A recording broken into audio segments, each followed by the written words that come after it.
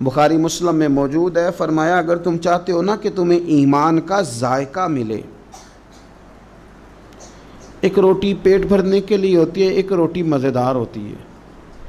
پیٹ بھرنے والی روٹی بھی بندہ مجبور ہو تو کھا کے گزارا کر ہی لیتا ہے، لیکن ایک روٹی اس طرح کی آتی ہے کہ سالن سامنے آتے ہی آنکھوں میں خوشی آ جاتی ہے، میری مرضی کا آ گیا بھائی، یہ تو میری پسندیدہ ہے۔ پھر بندہ کھاتا ہے تو کھاتے اس کا چہرہ بتاتا ہے۔ تو ایک ہے کھانا، ایک ہے ذوق سے مزے کا کھانا، ایک ہے مومن ہونا،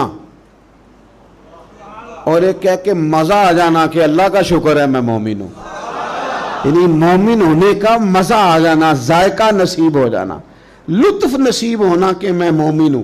حضور نے فرمایا تو تین چیزیں پیدا کر، تجھے اللہ ایمان کا ذائقہ عطا کر دے گا۔